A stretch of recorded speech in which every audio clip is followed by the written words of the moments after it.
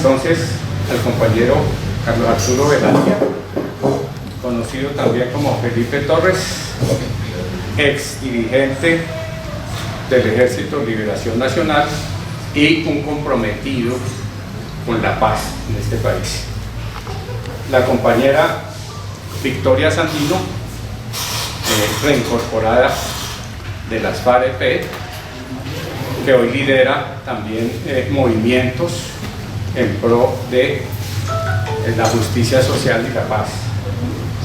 Y el compañero viejo conocido Álvaro Villarraga, por lo desconocido, viejo conocido,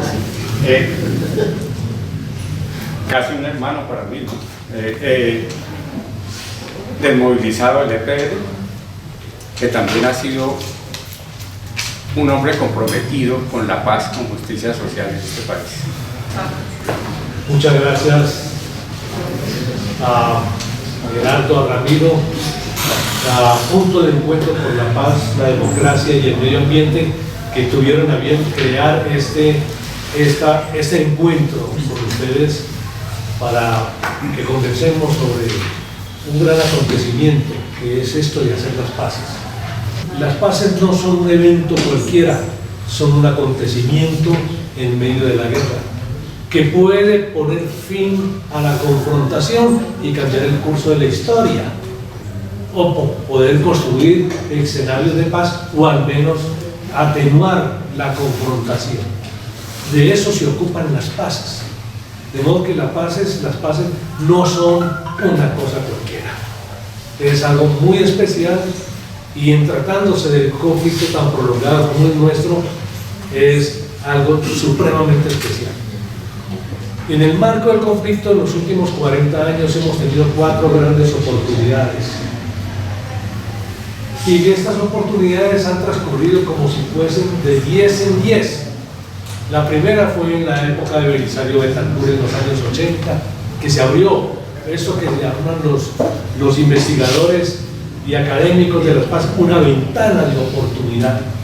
Y se creó el diálogo y se firmó el primer acuerdo de la paz con las guerrillas revolucionarias, el acuerdo de Noribe. Y el acuerdo de Noribe, muy curioso, que era un acuerdo procedimental y un acuerdo para una tregua, se convirtió en un acuerdo de paz. Y de allí se prendieron las demás guerrillas, otras, y ese fue como el arranque. Creo yo que a ese acuerdo se debe la apertura a un largo proceso de negociación y de diálogo de paz con las guerrillas insurgentes revolucionarias, en el que la solución negociada del conflicto es la constante. Todos los conflictos armados han sido resueltos a través del diálogo y la negociación. La segunda oportunidad, después de la de los 80, fue la que se presentó en el gobierno de Barco y Gaviria, que dio apertura a que en Colombia tuviéramos una nueva carta constitucional y se creó la Asamblea Nacional Constituyente del año 91. Por otras circunstancias aparece la Asamblea Nacional Constituyente y fue el camino elegido por varias organizaciones, entre ellas 5 organizaciones constituyentes, que acogieron la Asamblea Nacional a cambio de la dejación de armas. Luego en los años 2000 se abre nuevamente otra ventana de oportunidad, y en esta ocasión la ventana de oportunidad fue para hacer los diálogos y las negociaciones con las autodefensas, o con lo que en términos generales se llama el paramilitarismo. Y luego en el año 2010 se abre otra oportunidad en la época de Juan Manuel Santos, y es esta oportunidad que aún no se ha cerrado y es en la cual estamos en la actualidad. Una oportunidad que permitió hacer las paces con la guerrilla, la organización guerrillera más grande que haya habido en el continente durante el siglo XX. La organización revolucionaria más extendida en un territorio nacional y con una capacidad de letalidad y sobre todo en un conflicto tan prolongado muy incidente en la vida de todos. Un elemento esencial que se introdujo en aquella Asamblea Nacional Constituyente y en la nueva Constitución es lo que se denomina la democracia participativa, ¿sí?, como complemento y como factor de fortalecimiento de la democracia representativa. Hoy por hoy estamos hablando de la participación de la sociedad y las organizaciones armadas reclaman la participación de la sociedad y este gobierno le gusta la participación de la sociedad porque el presidente de hoy en los años 90 hacía parte de un movimiento insurgente que era el M-19 y fue el M-19 que introdujo en la Asamblea Nacional Constituyente la democracia participativa. Y hoy por hoy tenemos un gobierno progresista promovido por las izquierdas de estirpe popular que ha planteado la paz total como uno de sus principales banderas de gobierno y como uno de sus principales pilares de sus políticas públicas. Pero de eso tiene que ver, pero para eso son los grandes retos y por fortuna tenemos un gobierno que se aventó, que tiene esta capacidad de riesgo y que ve la oportunidad y dice vamos a por ello, vamos a ver si podemos cerrar el conflicto armado y al menos disminuir todo el fenómeno de violencia criminal organizada y ponerla en una situación de manejo con políticas de alta policía, pero que cerrar el conflicto es supremamente importante. No escapa para nadie que el ELN, la última organización que de la estirpe de las organizaciones que en los años 60 se alzaron en armas al calor y por el influjo de la Revolución Cubana. Es la última que queda de esta estirpe. Los diálogos con el Ejército de Liberación Nacional, voy a referirme de manera más específica porque es lo que yo estudio con más detenimiento y más profundidad. Es un proceso de gran complejidad porque tiene un gran componente, ¿sí?, muy difícil de controlar. Una cosa es cuando entre dos dirimimos una confrontación. Pero si esa confrontación, si el dirimir esa confrontación depende de un tercero, allí se complica la cosa, porque a ese tercero yo no lo controlo. Una cosa es que entre los dos hagamos un acuerdo y le digamos, oiga, pero este señor tercero, vamos a darle un rol, vamos a darle un papel y vamos a decirle que debe generar pactos sociales territoriales y le pedimos al gobierno que financie esos planes y pactos sociales territoriales y de esa manera los dos podemos entenderlo mejor. Poner a depender de un tercero lo que es mi decisión hace complicada las cosas. No imposible, pero sí la hace mucho más complejo. Eso nunca se había intentado. El modelo de paces que se ha hecho aquí en Colombia ha sido un proceso que encaja más en una modalidad de proceso transaccional, donde las armas, el componente armado, la violencia se cambia por participación, por inclusión, por más democracia o por reformas, pero hay un cambio. En este caso con el ELN no hay algo a cambio de lo armado o de la lucha armada. Se plantea, es un proceso transformacional, no transaccional sino transformacional. ¿Qué pide el ELN? Que se transforme el país, que se transformen las relaciones económicas, que haya más equidad, que haya más democracia, que haya más derechos humanos, es decir, y el ELN actúa casi como una especie de notario, ¿sí?, de testigo y de veedor y de observador armado, lo cual hace todavía más complicada la cosa. ¿Ven? Porque dice, hagan las reformas, hagan los pactos, mejoren el país, superemos o avancemos en la superación del conflicto, del conflicto social, político, económico, y yo todavía teniendo las armas digo, ¿en qué momento dejarlas? Esto enreda la cosa. A la fecha van 6 ciclos de negociación entre el gobierno y el Ejército de Liberación Nacional. 6 ciclos que se han desarrollado en 3 países. En Venezuela se han hecho 2 ciclos, en Cuba 2 y en México 2. Han negociado durante 137 días, sumando los ciclos, 137 días. Han definido una agenda de 6 puntos que venía del gobierno anterior, del gobierno del presidente Juan Manuel Santos. Este gobierno tuvo a bien tomar todo el paquete tal como viene, con lo cual se ahorró 4 años de negociación. Este es un proceso que está acompañado, tiene un acompañamiento internacional supremamente importante. Muy pocos procesos han tenido en el mundo un acompañamiento y una atención internacional como los han tenido en los últimos tiempos las paces en Colombia. Eso de tener al Consejo de Seguridad de Naciones Unidas como observador y sobre todo como haciendo el monitoreo y la verificación de los ceses del fuego, pero también del cumplimiento de los acuerdos. Porque el Consejo de Seguridad de Naciones Unidas, integrado por 16 naciones, entre ellas las 5 grandes potencias del mundo mundial, son las que dicen que se haga la observación y el monitoreo de la implementación del acuerdo final que se hizo con la FARC.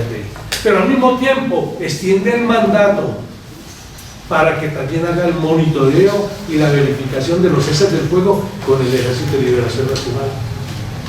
Esto es supremamente importante. Este tipo de decisiones solamente la ha hecho Naciones Unidas en 14 ocasiones. La 14ª ocasión es aquí en Colombia promover, observar y estar muy pendientes del proceso de paz.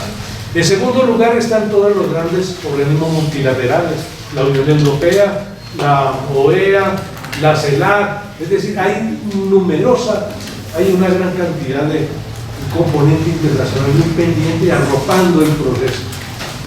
Se han firmado 27 acuerdos a la fecha, lo cual es una cifra muy importante en número de acuerdos, lo cual muestra que hay una disposición y una voluntad, pero en su mayoría esos acuerdos son de carácter procedimental para desarrollar. La mayoría también son protocolos que son para regular cómo debe manejarse algo o cómo debe ser la actuación de las partes, sobre todo en lo que tiene que ver con el cese bilateral del fuego. Además tiene un componente de los movimientos sociales territoriales. Se les ha dicho, vincúlense, participen ustedes que están allí en el territorio, ustedes pueden tener también cumplir un papel muy importante, sobre todo al momento de generar como cierta actitud disuasoria frente a los armados, que si el mecanismo está en el territorio, allí hay presencia internacional, hay presencia de la iglesia, pero al mismo tiempo tienen una presencia del movimiento social diciéndole al armado, no la vayan a embarrar. Este proceso discurre en 3 carriles y los acuerdos que se han firmado van en esa dirección. Uno de los carriles es la participación de la sociedad. Un segundo carril es el cese del fuego bilateral. Un tercer carril son lo que han llamado acciones e iniciativas humanitarias para generar alivios en los territorios más golpeados por el conflicto, pero también más apaleados por el olvido del Estado, por las inequidades. Segundo, es un proceso que le da más valor a la búsqueda de acuerdos intermedios en la mitad del proceso, porque es necesario demostrar la voluntad, es necesario también demostrar que se avanza y que pueden ser implementados en el corto plazo, que a la búsqueda del acuerdo final. Hay que buscar que la situación política que vive el país, la sensibilidad de la sociedad sea muy tomada en cuenta por la mesa y generar un nivel de conexión. Cuando no se presenta ese nivel de conexión entre la mesa y la sociedad, se cae en la irrealidad. E incluso puede darse una situación como de corte, ¿sí? Esta gente va por un lado y el país va por otro. Okay. Y finalmente, ¿sí? Es un proceso muy rígido en sus formas, muy apegado a lo que dice la letra. Esto puede llevar a que si no es lo suficientemente flexible, se caiga en un procesualismo, que lo que no dijimos aquí en el ciclo pasado y como lo que dijimos aquí es lo que podemos hacer, aunque para el país haya cambiado, se puede caer en un procesualismo y alejarlo de la realidad de una política cambiante del país. Muchas gracias.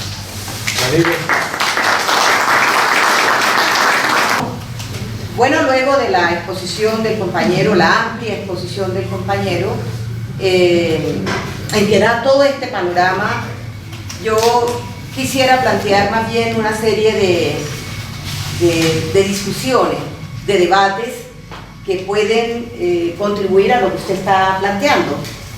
Y es sobre las revoluciones. ¿Nos seguimos pensando las revoluciones? Pregunto yo. Seguimos pensando si las revoluciones son posibles, son necesarias y podemos hacerlas. Es como parte de los cuestionamientos que creo el movimiento social y la ciudadanía en general deberíamos plantearnos, porque eso nos va a conducir a cuál es el rol que está desarrollando el movimiento social en general. Un gobierno como el que tenemos en este momento, y bueno, todos estos actores que están en este escenario de conflictividades que vive Colombia. Yo sigo pensando que el conflicto armado sigue estando vigente. Que no es el conflicto armado de los 80, 90, donde están las guerrillas, incluso de los primeros 20 años de este siglo, donde estaban las guerrillas claramente identificadas, ubicadas. Ya decía el compañero de las guerrillas más antiguas, como el caso de las FARC-EP y de el ELN, pero también estaba bien ubicado, y yo creo que no hay que cambiarle el nombre a todo este fenómeno paramilitar que se desarrolló, contrainsurgente que se desarrolló en nuestro país. Entonces, si hoy esa no es la realidad, porque seguramente el ex comisionado Danilo va a abordar todo este panorama de cómo está la situación y qué tipo de paz o qué tipo de conflicto estamos hoy. Lo cierto es que hay una multiplicidad de confrontaciones, de conflictividades, mediado por el tema, por el uso de las armas, por las violencias, por la pobreza, por supuesto, que es lo que ha originado todo esto. Porque aquí hay un fenómeno. Cuando hablamos del conflicto pareciera que esto fue unos locos. Bueno, saludo al presidente que reconoció y se acordó de Marulanda. Unos locos por allá que inventaron este asunto de tomar las armas sin reconocer que aquí hay unas causas estructurales que se ha tratado de desviar a propósito del tema de las revoluciones, ¿no? Que se ha tratado de desviar. Entonces, hoy estamos en una pobreza extrema, en unas conflictividades, en unas violencias, pero nos olvidamos que esas son las causas justamente de este conflicto. Entonces, sobre las revoluciones, pues yo digo que sí es posible seguir luchando por esa utopía de que le hemos llamado revolución. Es bueno que pudiéramos discutir sobre eso. ¿Qué tipo de revoluciones? Claro, hoy no será, seguramente no será la de, y ojalá que no, en este momento, la revolución que pudieron hacer, que hizo Fidel, por ejemplo, en Cuba. No será la revolución de octubre, no será la revolución con la cual soñamos, y muchos, en mi caso, fuimos a la montaña justamente en esa construcción histórica, política, ideológica de alcanzar, de llegar al poder, a la toma del poder, a las transformaciones de la sociedad a través de estas revoluciones proletarias radicales que eran necesarias y fundamentales y que seguramente no lo logramos, no seguramente, sino que no lo logramos. Pero ahí sí, como dice la consigna, la lucha sigue, ya lo dijimos, ¿no? La lucha sigue. Tiene que ser una lucha. Bueno, esa es otra de las. ¿Qué tipo de lucha es la que estamos planteando hoy? O necesitamos en la sociedad colombiana en estos tiempos, sin desconocer la realidad histórica que hemos tenido. Creo yo que si planteamos unas condiciones nuevas de esa revolución, de esa lucha revolucionaria, es justamente por el acumulado histórico que hemos tenido a lo largo de todos estos años de lucha. Entonces, si perdemos de vista, pues ahí sí estamos perdidos completamente, como muchas personas se han perdido en este camino, lamentablemente. En este camino pues de las luchas sociales y de las luchas revolucionarias. Recordaba el compañero, es 33 años la Constitución, ¿no? Pero miren ustedes que cuando el proceso de paz de La Habana, para refrendar ese proceso, desde la postura de las FAREP, y ahí me incluyo yo, estábamos proponiendo la necesidad de refrendar esto a través de un gran acuerdo nacional. Y ese gran acuerdo nacional era una nueva constitución. No porque consideráramos que el escenario de la constitución anterior del 91, que significó definitivamente un avance que aún hoy no se cumple, era precisamente para ratificar, para refrendar, para pasar la página definitivamente de la violencia.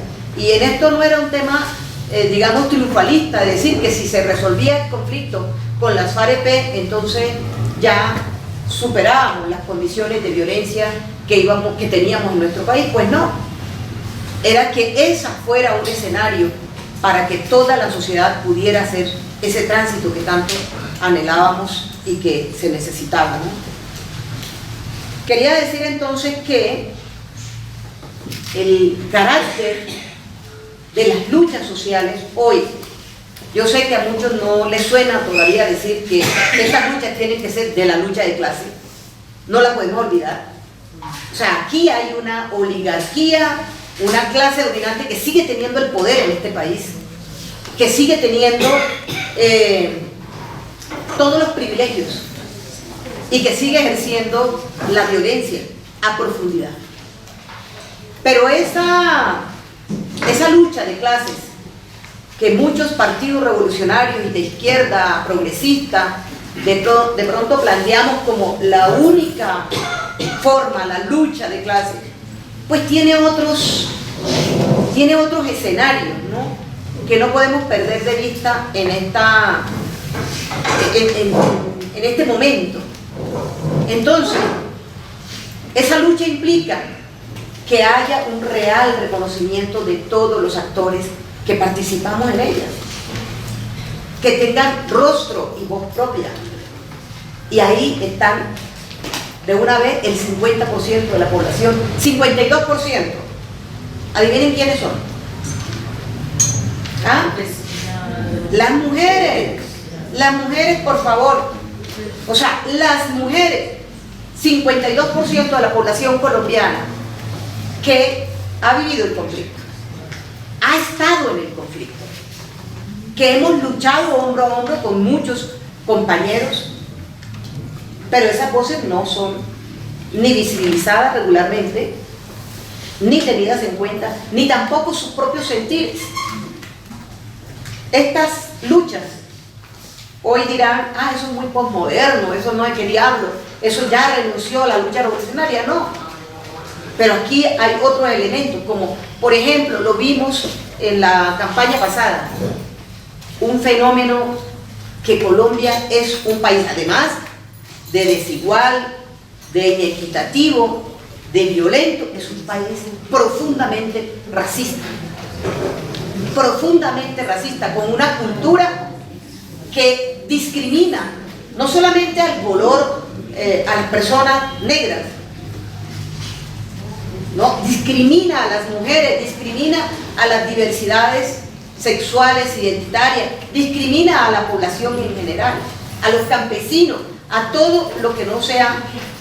O sea, aquí podríamos decir que no se ha avanzado en comparación, por ejemplo, con la época que vivieron los alemanes. Estamos hablando de por allá del 45 y de todas estas sociedades europeas que vivieron este fenómeno tan fuerte. Entonces, esta lucha de hoy, muchos dicen, eso nos divide. No, yo creo que no. Yo creo que no. Por el contrario, nos incluye. Y entonces, este debate que acaba de plantear el compañero frente a buscar una salida política, que definitivamente esa es la línea. O sea, yo creo que, y yo lo digo con mucho respeto, y trato de hacerlo con la mayor ecuanimidad posible. Yo reconozco que los pueblos tienen derecho a rebelarse. O sea, yo no reniego de mi pasado, no reniego de la lucha revolucionaria que se ha desarrollado en Colombia. Y fue un proceso y un fenómeno fundamental para que hoy estemos en este escenario, para que podamos buscar salidas distintas a la guerra, distintas a la confrontación armada, distintas a la pérdida de vidas, porque es que aquí, claro, en la confrontación armada se perdieron muchas vidas, pero la verdad es que esta guerra ha sido tan desigual, porque más vidas se han perdido las personas que no están en la confrontación armada. Porque si la pelea fuera entre el ejército y las fuerzas insurgentes, o incluso entre las fuerzas y los grupos paramilitares con las insurgencias, que además nunca se enfrentaron. Es decir, los grupos paramilitares en este país jamás enfrentaron a las guerrillas. ¿Enfrentaron a quién? A la población. Yo considero que tendríamos que trabajar por esas transformaciones todo el mundo, y una apuesta definitiva de todo el mundo. Y ahí me parece que el presidente, que es producto justamente, y repito, no lo estoy diciendo con pretensión tampoco, pero en ese reconocimiento de lo que han sido las luchas políticas, sociales, revolucionarias en nuestro país, hoy tenemos el presidente que tenemos. ¿Cuál es el rol, cuál es el papel del movimiento social, de la sociedad en general, de los sectores populares, que en este país somos más del 60%? Populares que viven en la pobreza extrema y en la pobreza multidimensional, por ejemplo. ¿Cuál es esa realidad? Pues hay una desesperanza. Se supone que a estas alturas debería haber, yo pienso eso, debería haber una movilización social profunda por los cambios que tanto anhela Colombia, tanto para concretar un acuerdo de paz como lo ha planteado, porque aquí hay experiencia. Colombia, como casi ningún otro país en el mundo, tiene experiencia en resolución de conflictos armados de este orden, de insurgencia y Estado capitalista, Fuerzas Armadas. Pero no hay la experiencia de la resolución de conflictos, de los conflictos sociales, así se hagan muchos pactos. Conflictos sociales que están mediados por las armas, por el narcotráfico, por las economías ilegales, y atravesado todo este proceso por un tema que se llama corrupción en nuestro país, ¿no? Hoy necesitamos que la sociedad sea mucho más actora, o sea, una parte decisoria, pero esa parte decisoria no es que estamos aquí como que, ay, sí, señor gobierno, cúmplala. No, es que hay que hacerlo cumplir en las calles, hay que hacerlo cumplir en nuestras acciones, en donde estemos, en el lugar que estemos ocupando, pero hay que expresarlo. Todos, todas, eso pasó con el estallido social, ¿no? El estallido social, el movimiento, digamos, el movimiento sindical y trabajadores convocó, pero no fue el que más se movilizó. No fue la clase más revolucionaria, ni mucho menos.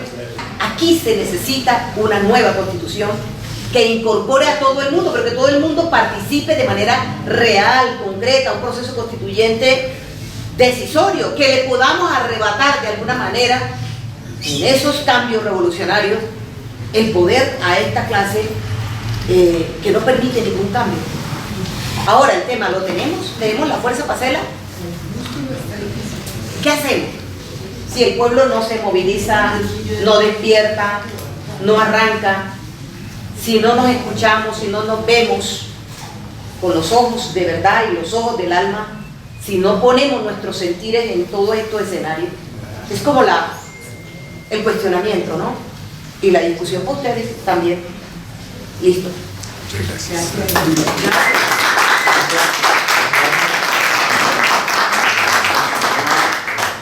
En primer lugar,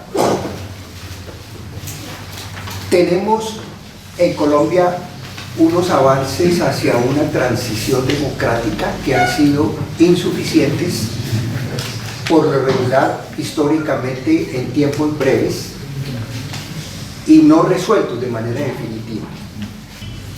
Podría resumirse todo en que hay una transición cuando cambia un régimen político.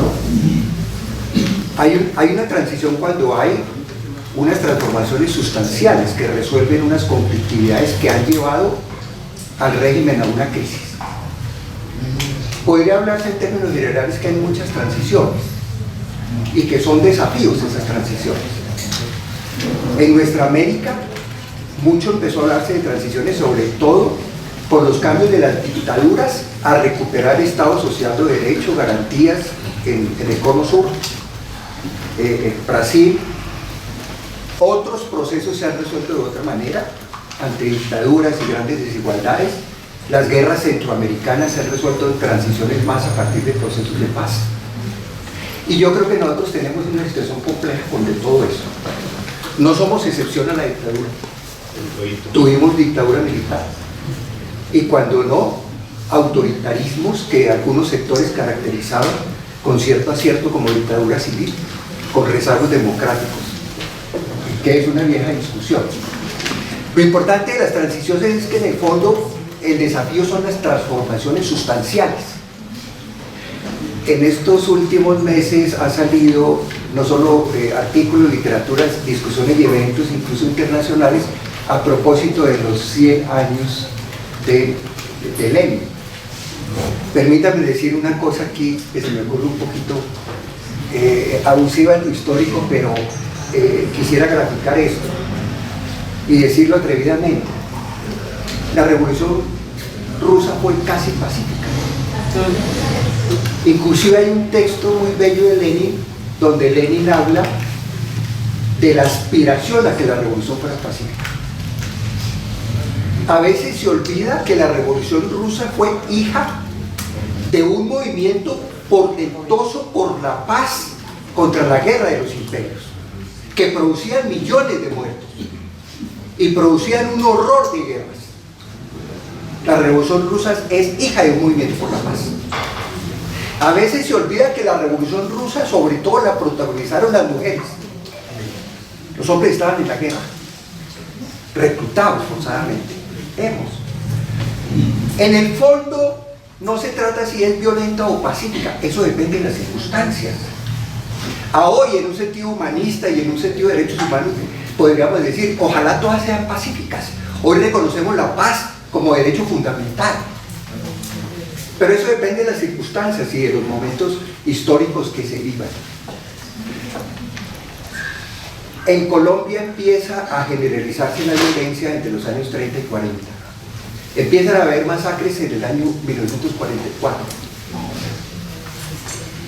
Sube Ospina Pérez en el 46 y violencia llega hasta hoy. Este año estamos cumpliendo 80 años en los cuales en Colombia no hemos tenido un día, una semana, un mes, un año sin violencia política, sin expresiones de conflicto armado interno. No quiero decir que estemos viviendo todo el tiempo en la violencia, en la guerra generalizada, no. Inclusive en muchas coyunturas la guerra ha sido marginal. La mayor dinámica de violencia la tuvimos entre el 51 y el 53.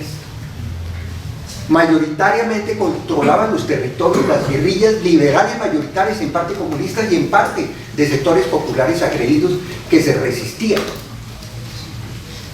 y estuvieron cerca de una toma del poder en ese momento.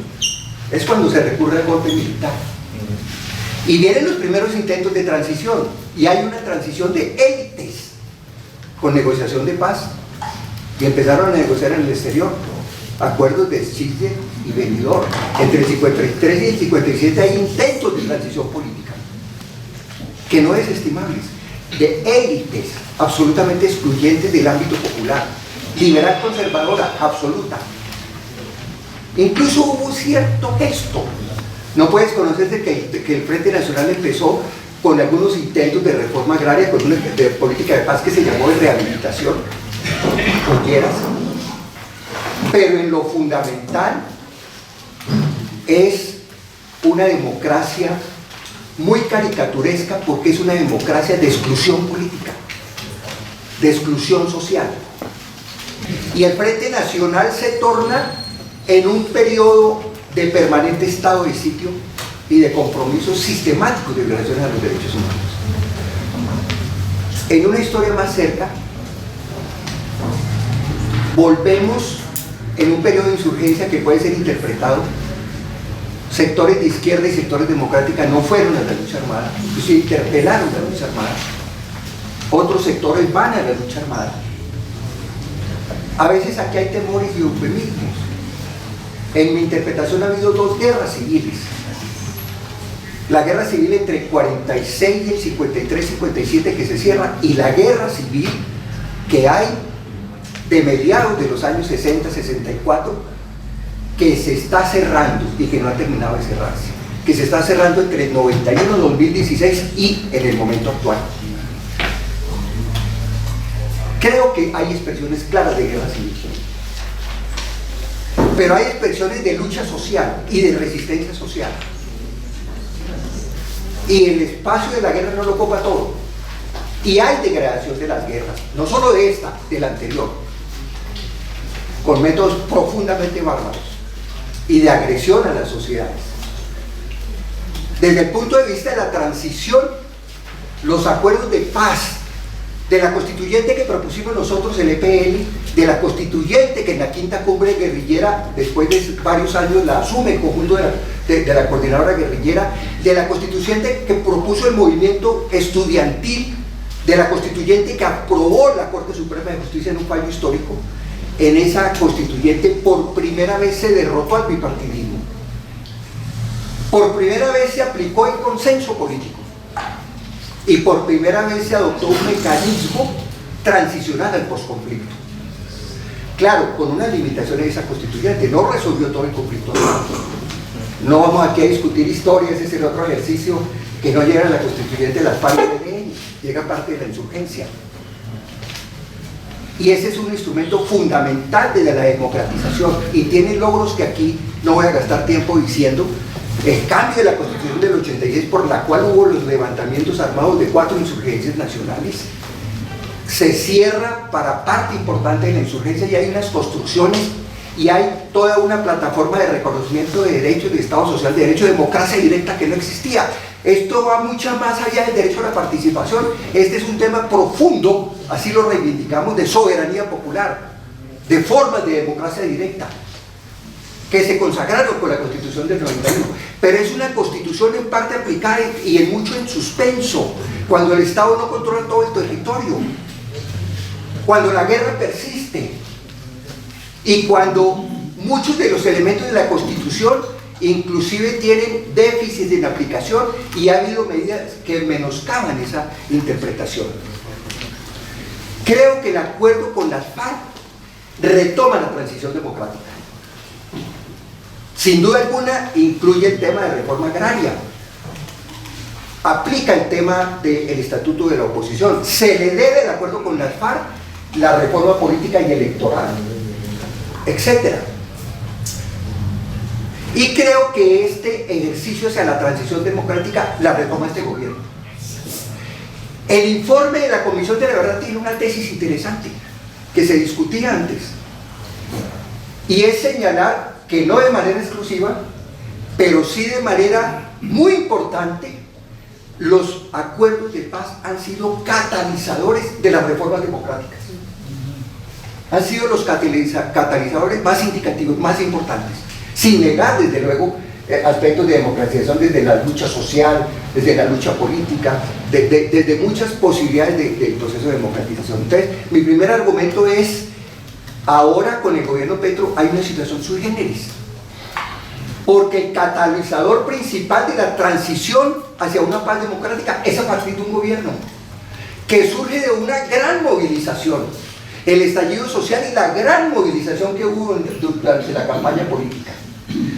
No retórico, estamos viviendo un periodo histórico. Histórico fue el 53, el 57, el 91, el 2016 y este gobierno. Así de sencillo. Y tenemos un reto histórico: consolidar avances sustantivos en la construcción de un proyecto de paz democrática. Y Petro goza no solamente de un gran liderazgo, prestigio y está en el gobierno, viene de un proceso de paz, sino que se da una confluencia de movilización popular profundamente unitaria y un programa que responde a las nuevas expectativas.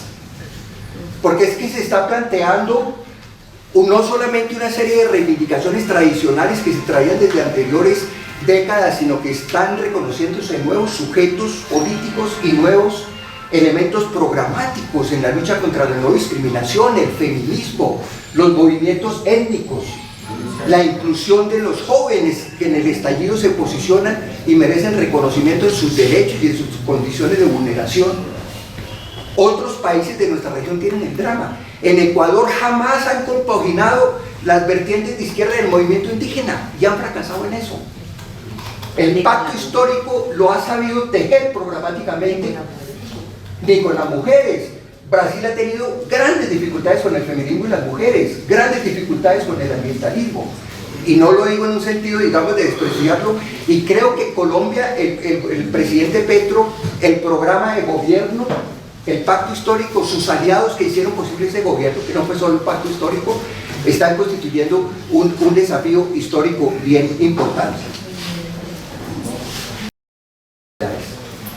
Un gran desafío para el gobierno Petro: cerrar la guerra, y eso tiene que ver con el acuerdo del ELN, adicionalmente con los grupos post-paz, pero fundamentalmente con la guerra aún pendiente y con la paz aún pendiente, que es la paz con el ELN.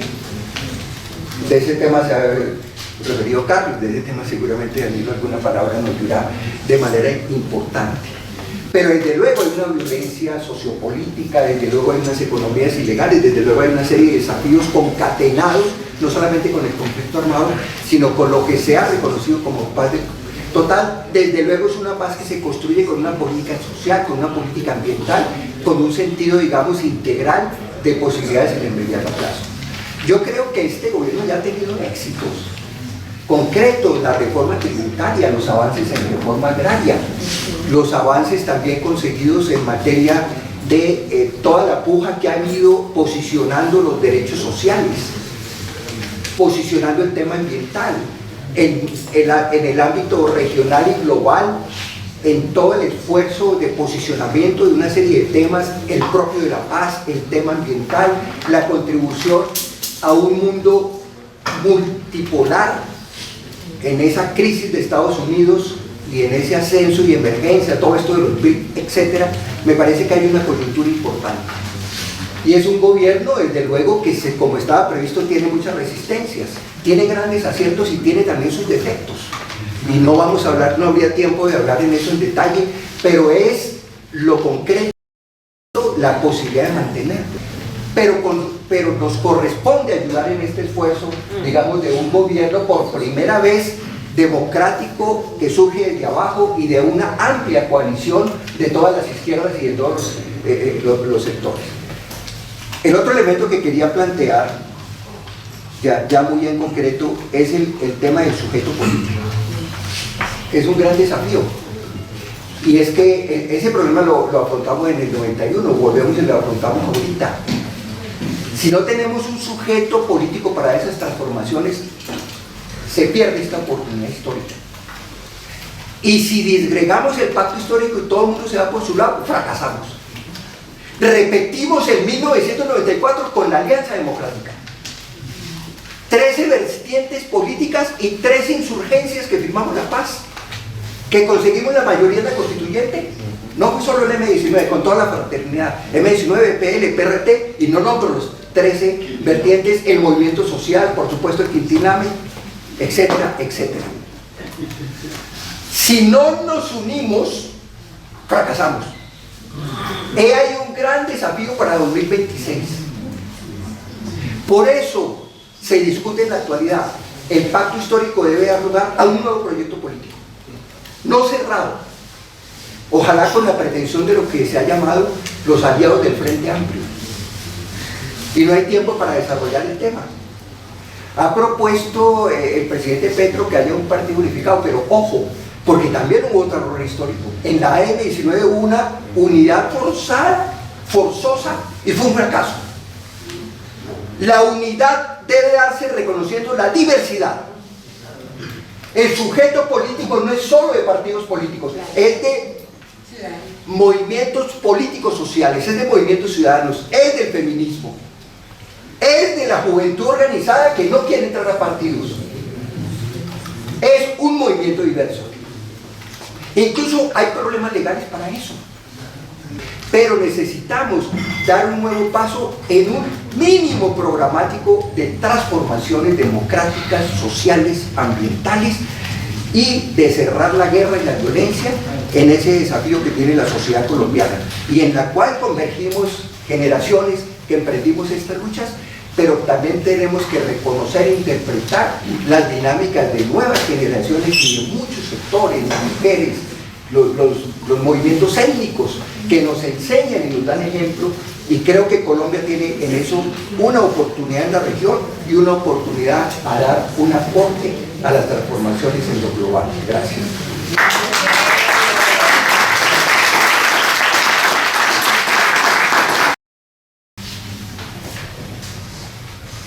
Entonces nos encontramos con unos incumplimientos que empezaron en el gobierno del presidente Santos en el acuerdo de paz del Teatro Colón. Del Teatro Colón, no de La Habana.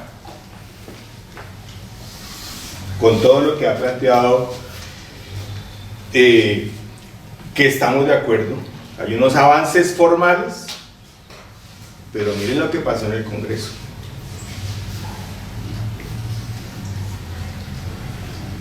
Y esa situación, insisto, de la pandemia, que permite consolidar las gobernanzas territoriales, que no podemos decir en este momento que había una balcanización, pero que si esto fracasa va a una balcanización. ¿Qué entendemos entonces por esa realidad? Entonces entendemos un grupo que se llama MC-FARC, donde el 7 de agosto eran cerca de 3.000 hombres en armas. ¿Quiénes son esos hombres y mujeres en armas? Mandos medios de las extintas FAREP que firmaron el acuerdo, personas escarceladas a través de las amnistías e indultos, e integrantes del movimiento social que tenían una identidad con el proyecto político militar de las FARC. Estamos hablando de jóvenes de las universidades públicas y también privadas de Bogotá, por ejemplo, de Popayán, de Cali, de Medellín, y que en desarrollo de esa pandemia, haciendo una autoevaluación de lo que se logró en el acuerdo, empiezan a proyectar una nueva fase de su expresión, dicen ellos, político-armada, combinado con una acumulación de capital para esa nueva fase de las economías ilícitas, particularmente en el departamento del Cauca, la marihuana y la cocaína. Y empieza una tensión entre esos cuadros urbanos, por decirlo de alguna manera, con esos mandos medios. Entonces no estamos hablando, y estamos hablando de los jóvenes, no estamos hablando de gente que no tiene formación, gente formada, que empieza a desarrollar, insisto en particular en el Cauca, un ejercicio de politización de unos frentes en el Cauca donde son más poderosos. ¿Quiénes son parte de MC?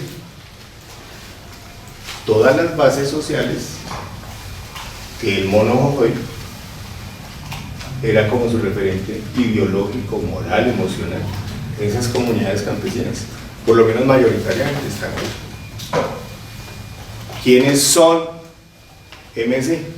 Los familiares de esos guerrilleros que firmaron la paz, que no experimentaron el cumplimiento y que por su desespero regresaron a sus nichos emocionales. Entonces aquí cuando hablamos de lo subjetivo, estamos refiriéndonos a una serie de situaciones frustrantes de las aspiraciones de un sector, de un movimiento alzado en armas histórico. ¿Quién es la segunda Marquetalia? Es quizás lo más conocido, por Iván Márquez, pero también por lo que significó el aleccionamiento a un sector del movimiento político armado de las extintas FAREP que mantuvo una posición radical en el proceso que se construyó con el gobierno del presidente Santos.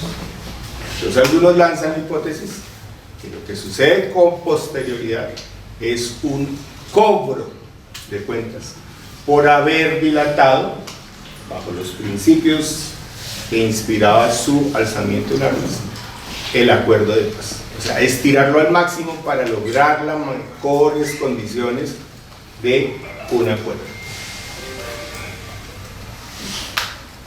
¿Qué más existe? Ahí eran 1.200, 1.500 hombres, segunda Marquetalia. ¿Qué más existe?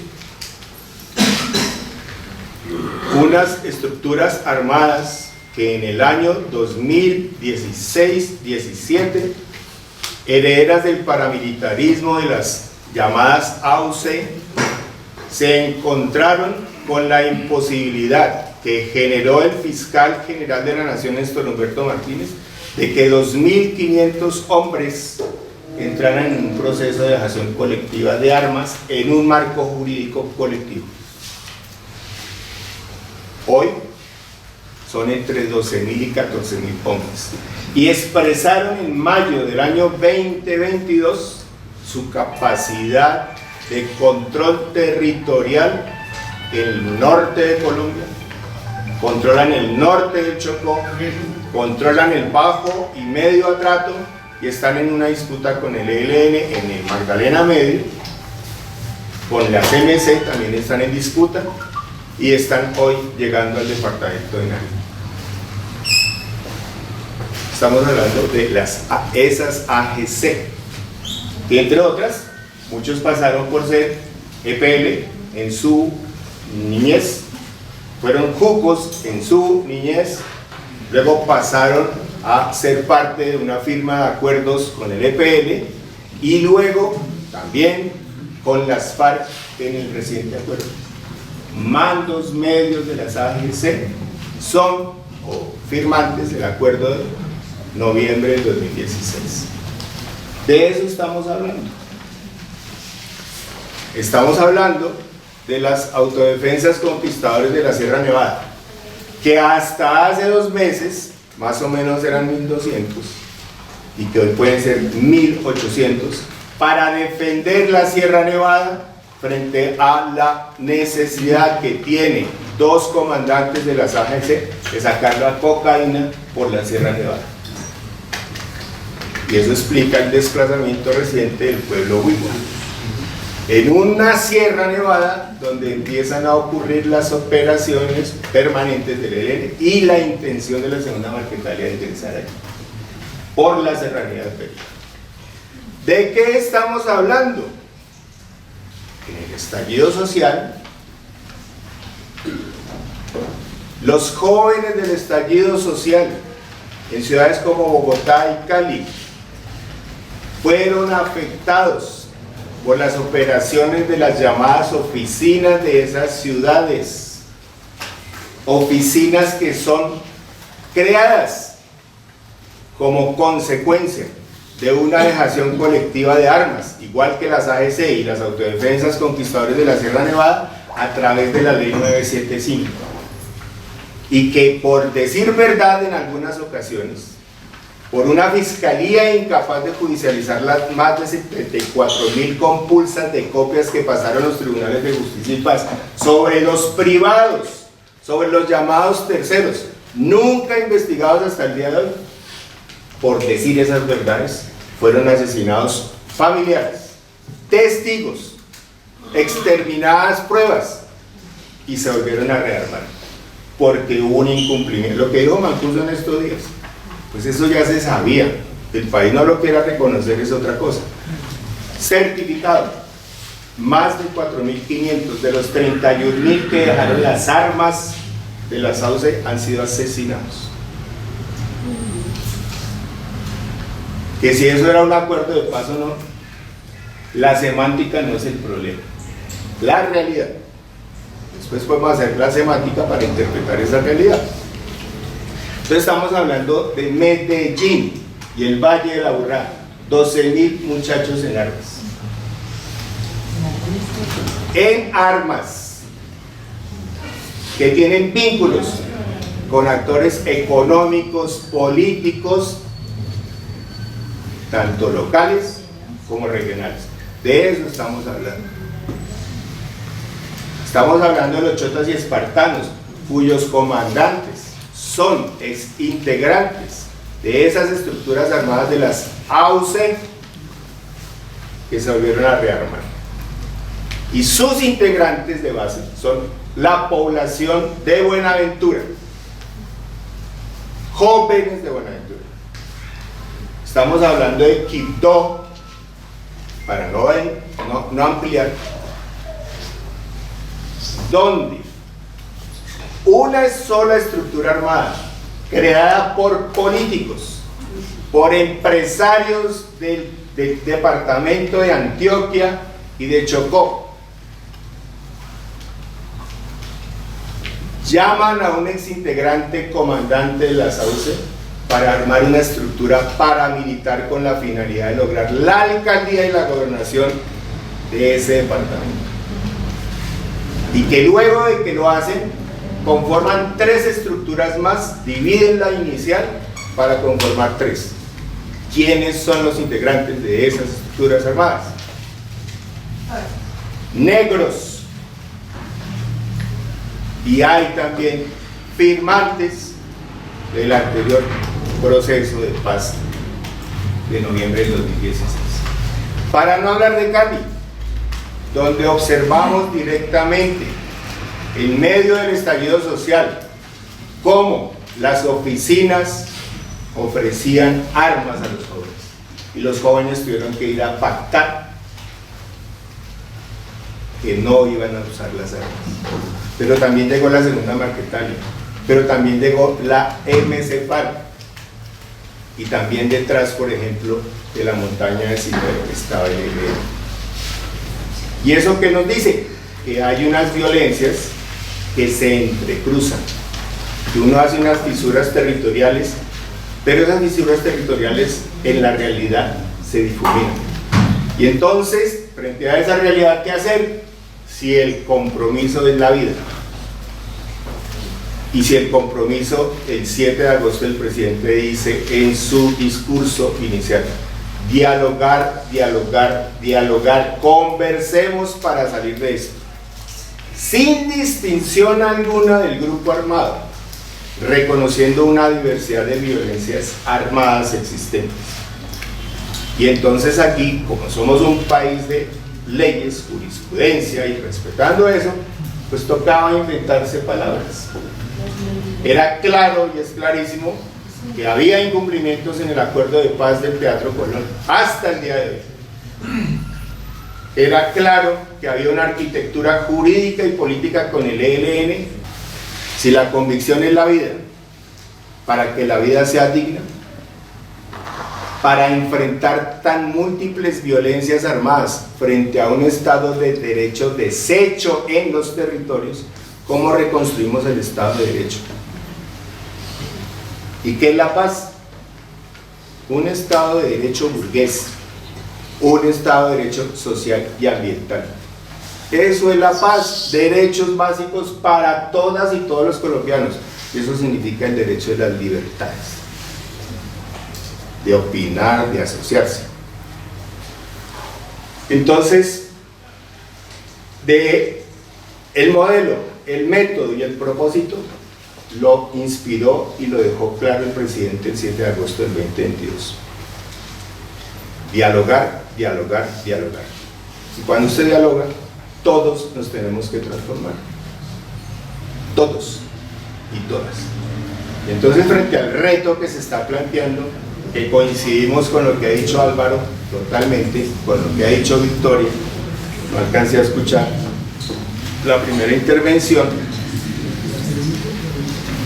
el movimiento ciudadano debe ser un movimiento de poder consciente, no de borregos lógicos. Debe ser un sujeto que se transforma a sí mismo, que se narra a sí mismo de manera distinta para hacer contacto con los sectores urbanos que se requieren, y es urgente, para que dimensionen las violencias existentes en el presente. Y por eso la voz, se dijo que en La Habana el centro eran las víctimas, lo cual no es tan cierto, pero bueno, digamos que sí.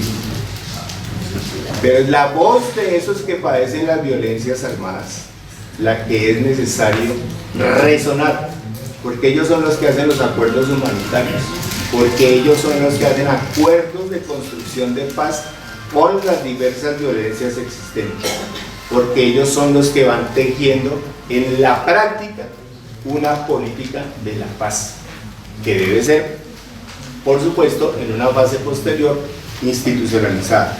Si no hay seguimiento, si no hay un gobierno que continúe en esa misma perspectiva, me temo que vayamos a una fase, voy a hacer caricatura, exageración, hipérbole, una balcanización de nuestras violencias armadas.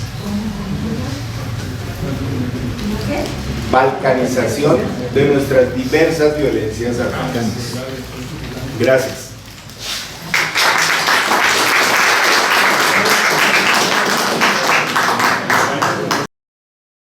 No puede ser espontáneo, implica un trabajo de los revolucionarios con el pueblo en los sectores populares, con el pueblo en el campo, ¿sí? Porque si no es ahora, los campesinos no van a tener tierra, porque si no es ahora, los sectores populares no van a tener los beneficios de la salud, de la educación, ¿sí? Y van a tener que seguir luchando y organizándose para dar el golpe real. Entonces comenzamos la ronda de preguntas, ¿sí? Carlos Arturo, eso da cuenta de nuestro compromiso histórico. Entonces, la primera pregunta tiene que ver con el proceso de negociaciones con el ELN, porque estamos ante un gobierno que le quedan 30 meses. 30 meses. Y esos 30 meses tenemos que aprovecharlos como una ventana de oportunidad para una de las transiciones que tenemos que transitar, que es esa transición de ir realmente construyendo esa paz total que el propio Gustavo Petro planteó en su programa. Está también la propuesta de construir ese sujeto político en el territorio para poder seguir disputando el poder político a la derecha en Colombia.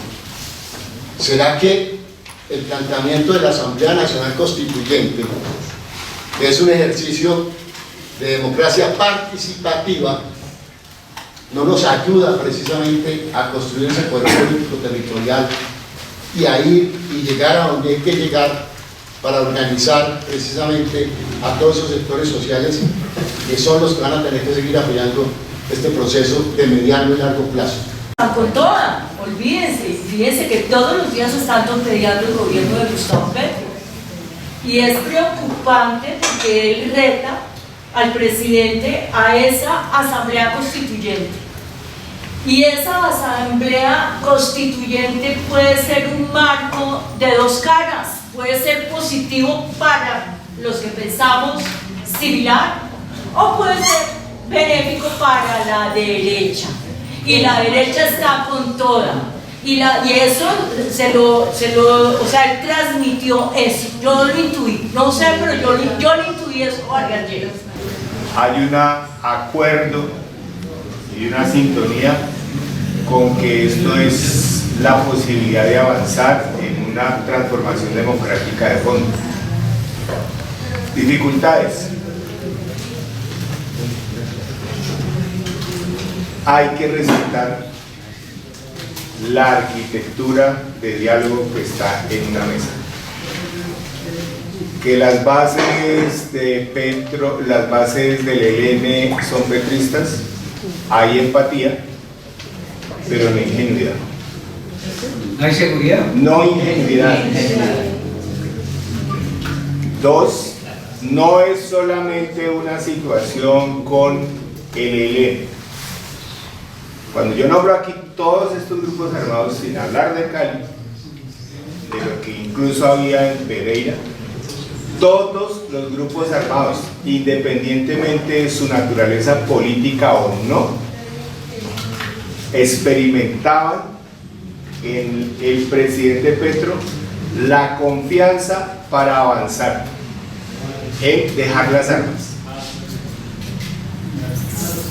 Estoy hablando de todos. Cuando estoy hablando de todos, por lo menos de los que nombré, les puedo decir que esa era una convicción.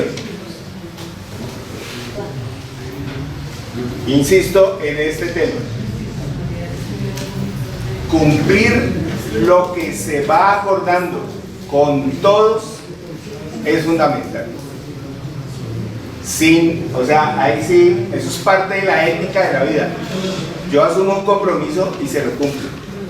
Pero no puede ocurrir que se asume un compromiso con la gente de los grupos criminales, usted termina de hacer un acuerdo y matan muchachos. Eso no puede ocurrir. No puede ocurrir que la policía mate a los muchachos como una ejecución extrajudicial y justifique eso. Eso no puede ocurrir. O no puede ocurrir que los contratistas del modelo de tercerización, que son parte del plan criminal, sean los que estén haciendo la intervención con esos jóvenes. ¿Qué es lo nuevo? Sí, la unidad. Irresponsable dejar las 16 o 15 personalidades jurídicas, pero la unidad es la diversidad. Sí, la unidad, pero no son solo partidos políticos. Partidos, movimientos sociopolíticos, feminismo, movimientos de base, empoderamiento popular, movimientos étnicos. Somos unidad y diversidad. Visibilidad frente a lo que pasa desde luego que sí. Son muy juiciosos en el análisis.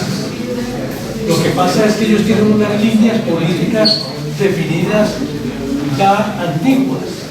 Antiguas son de hace 10 años, del año 2014, el quinto congreso.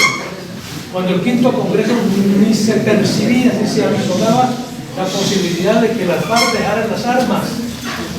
Ese tipo de cambio, de transformación dramática en la historia modificó la noción de la lucha y las posibilidades estratégicas. Y el ELN estaba preparado para darle continuidad a una lucha y enfrentarse a gobiernos burgueses, a gobiernos oligárquicos, pero no para un gobierno de izquierda, ganó Petro. De modo pues que no saben muy bien cómo manejar, cómo comportarse frente a un gobierno de estirpe popular, de izquierdas y con un programa progresista. Tiene dudas. ¿Cómo despeja las dudas? En un congreso. No